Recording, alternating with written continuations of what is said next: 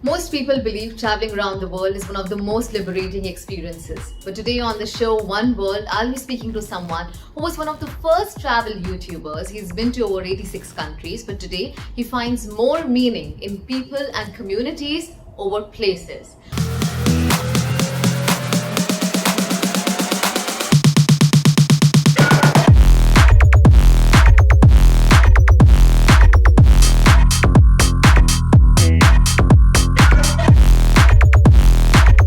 FunForLouis started as a YouTube channel in 2012. Louis, who is originally from UK, is now settled in LA, and he has done some of the crazy things, which includes traveling from Shillong to Jaisalmer in an auto rickshaw during his trip to India. Let's speak to him and understand how he looks at travel today as he enjoys a slow life in LA. Hi Louis, I'm so happy to be chatting with you. You are one of the first YouTubers to start documenting travels way back in 2012 when this was not the thing. It just was kind of perfect timing. It was when YouTube had just started taking off. People had just started getting obsessed with it, and there weren't many creators, and there definitely weren't any creators doing daily travel videos. And I already had a lot of experience traveling, was very passionate about traveling. So it was kind of just the perfect storm. All of these, my passion for filmmaking, my passion for travel, YouTube being this new platform. And yeah, it was a very exciting time. It was kind of the early days of YouTube. Absolutely. And we are both in two different time zones right now. So where are you? How are you spending time in lockdown? So for the last year and a half, almost 2 years, I've been based up in Los Angeles, in Venice Beach. Okay. I'm originally from the UK, just south of London. And it's been an interesting time not being able to travel. This has probably been the longest I haven't done any international travel in probably like 15 years, which is crazy. Okay. So I believe you've been to over 85 countries. Is that true? Yeah, 86 countries I've got on my list. Maybe I want to tell you how I got to know about you. I was traveling in India when I started off this venture of mine called Curly Tales. And I was in a remote place called Rameshwaram where a lot of other tourists had come. And that guy saw me with a camera and he asked me what I was doing. I said, I'm just documenting my journey. And he's like, oh, so you're trying to copy Fun for Louis. So Louis, you have Oh. a great journey so far. If you can take us through some of the crazy things that you've done till date, because I believe you've eaten some weird things. You've traveled in India in an auto rickshaw. Yeah. You mentioned driving across India in a rickshaw, which was back in, I think it was the end of 2013, with some friends, Jack and Finn and Ben, Will, and others. We did I think it was like a 3-week trip where we drove from Shillong in northeast India to Jaisalmer in the west. Wow. And My it God. was an unbelievable adventure. There's a whole series actually on my friend Jack's channel, and then I daily vlogged it as well. I mean, that was just the beginning for me of this, one of the craziest few years of my life. It was like a whirlwind of just continuous crazy adventures and travel. I really love Brazil, and staying in the Amazon in Brazil and getting to experience what it's like kind of living in the jungle. And I remember when I was in Brazil, I think in 2014, and climbing up a tree to see this sloth that was just hanging out on a tree. And then one of the guides that we were with like wrestled an anaconda out the river whilst we were like waiting by the riverbank. And it was just like, North Korea is like one of the most secretive, isolated countries on earth.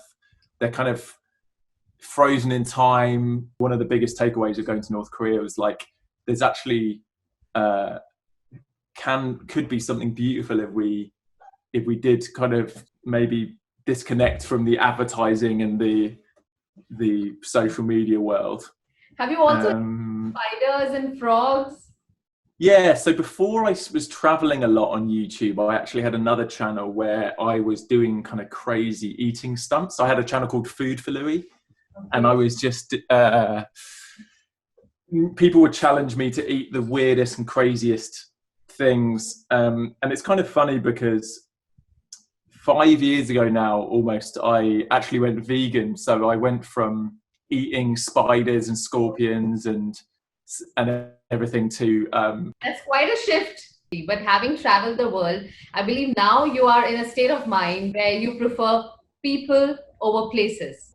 it's probably the fact that I was traveling at such a fast pace, and I was experiencing stuff, but it wasn't giving me my soul that kind of depth of, it was great for experiential stuff, but I think life's not just about the experiences, but there's a deeper side to it as well. So for me, it just, yeah, I guess that it's swung the other way right now, where I'm really enjoying just investing in friendships and spending time day in, day out with people. It's more like a family. We're like a family here.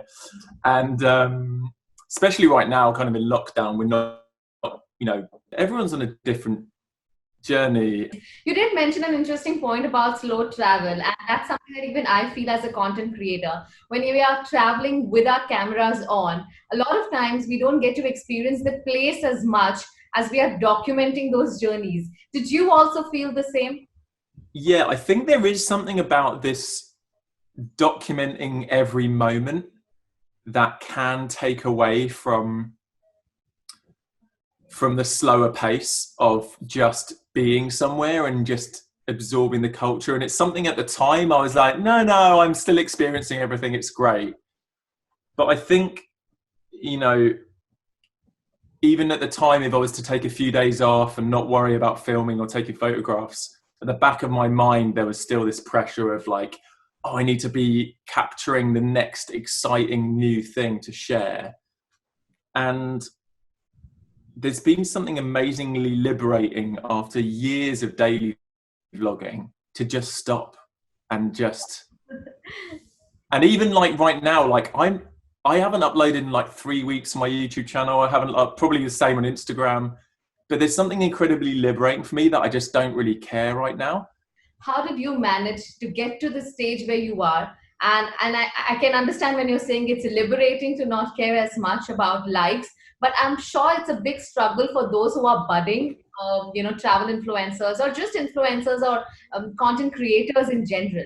How did you get to this stage? It's interesting, like when I first got into YouTube and Instagram, it was before people were really going into it as a business. And I didn't really understand that I was running a business until later. I was like, initially it was just like, there's this wave of this new thing. I can earn enough money to, make an income, but it was more the excitement of this unknown.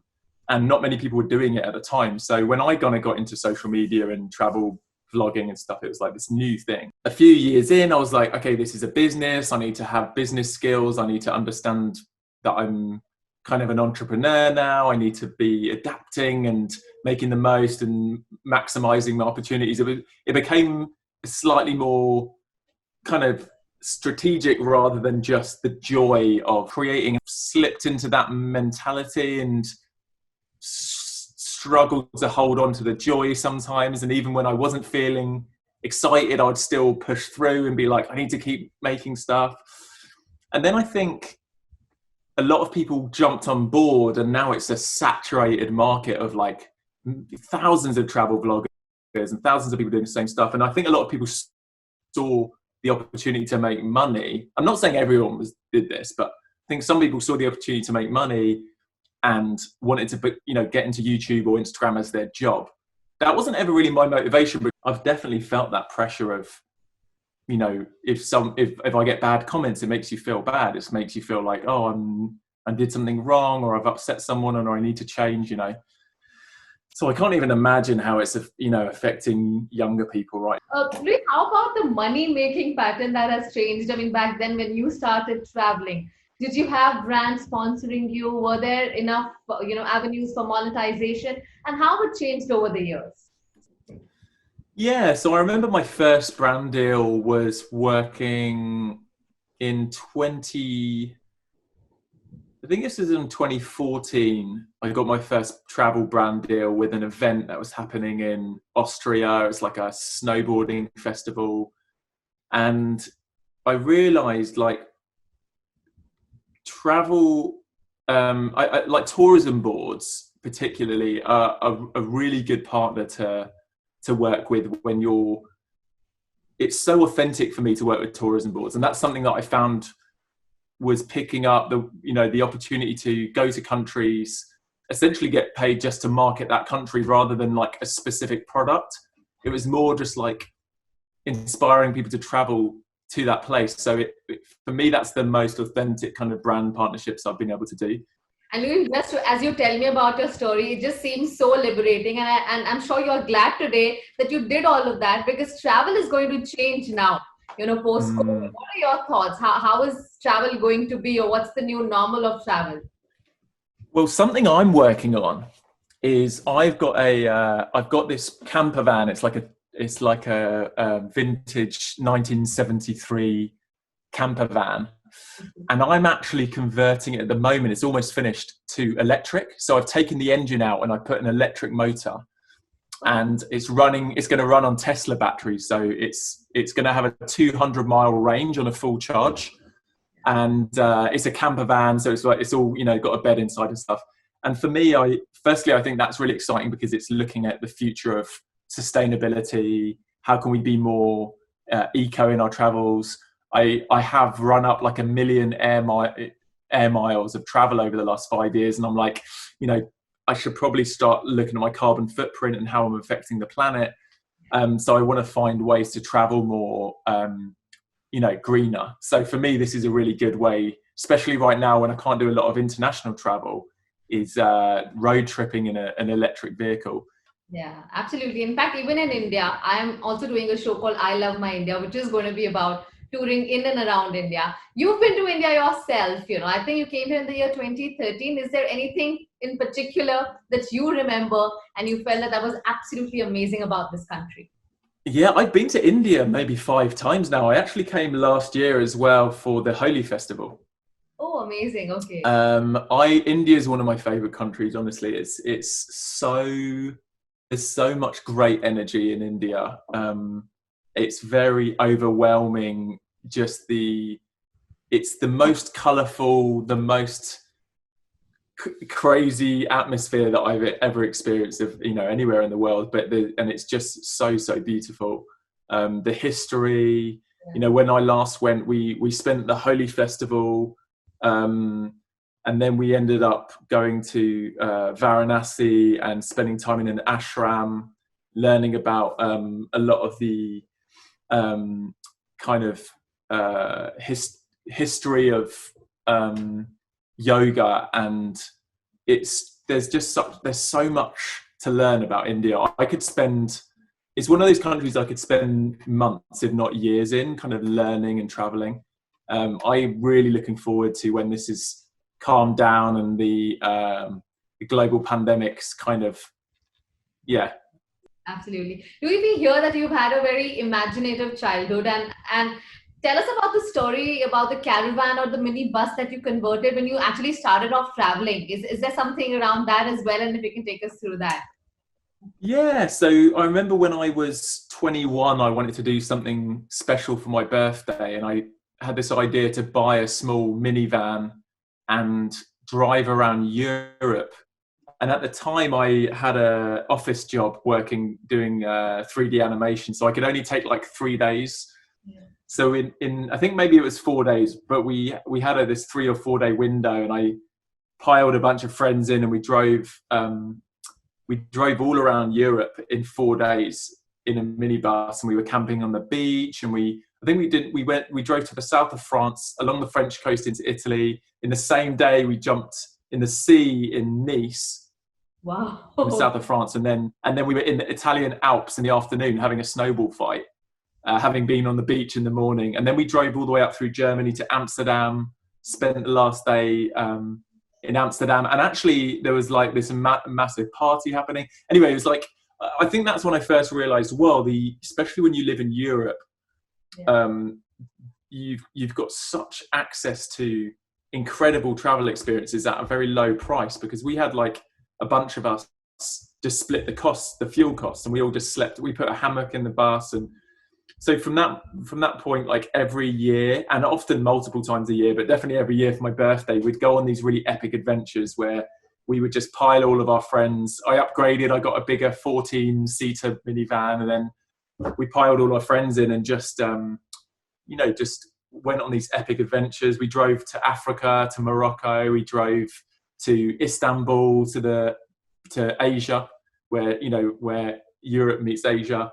And then we ended up one year, actually I've got this whole box of videotapes that I've been capturing from those times. I know you've traveled around the world, but is there any place that you may want to revisit, or a new place that you want to see? I'd love to go back to a ton of places, but the real, in terms of bucket list, I really want to go to space. Space, wow. Yeah. Now, I don't need to go to the moon or to Mars, but I'd love to go into orbit at some point in my life. I would love to leave Earth's atmosphere and go into orbit. I know that's kind of like, when you think of traveling the world, like you think of on the actual land. But for me, that's definitely like, if I think of bucket list kind of stuff, that's definitely up there. Louis, it's been wonderful chatting with you, and a lot of takeaways for all the influencers, content creators out there to know about your journey and, get to know about you as a person. So thank you very much for spending time. I know it's late night in LA, so thank you for this. Yeah, thanks for coming up. It's been great to chat. Thank you.